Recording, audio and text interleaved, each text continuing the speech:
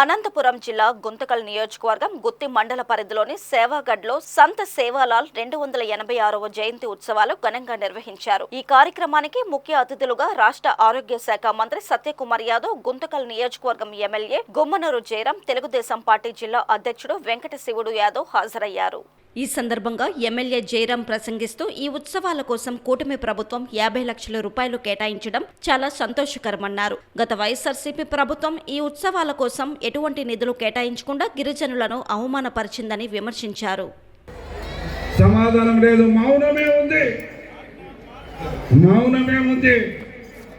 నీ మౌనానికి అర్థం కాదు. ఈరోజు దేశంలోనే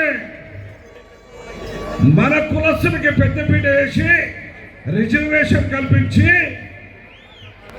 ఎన్నో రకాలుగా ఫస్ట్ ప్లేస్లో మనకుంది.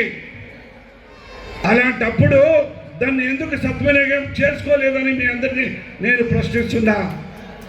ఈ రోజులు చదువులు నేర్చుకుంటే ఫస్ట్ ప్రాధాన్యత మన ఎస్టీలకే ఉంటుంది. అలాంటిది మనం ఏం చేస్తున్నాం? కట్టెలు పెట్టి కుండల్లో సరాయి వండుకుంటున్నాం. అవునా కదా? అది తప్పు.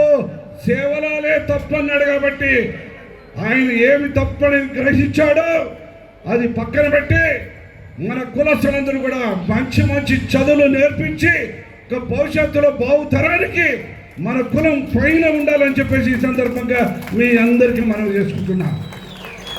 కాబట్టి మన రాష్ట్రంలో ఉన్న నారా చంద్రబాబు నాయుడు పెద్ద ఆయన కూడా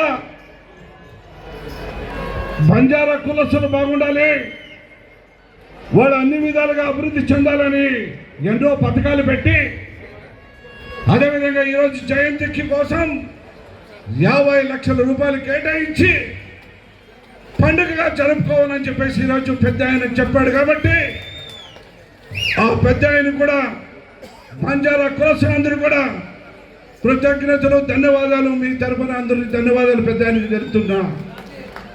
కాబట్టి అదేవిధంగా మా సత్యాన్ని చెప్పాడు,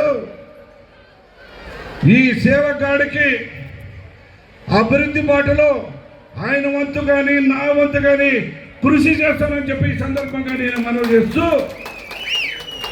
బంజారా కులస్తులందరూ కూడా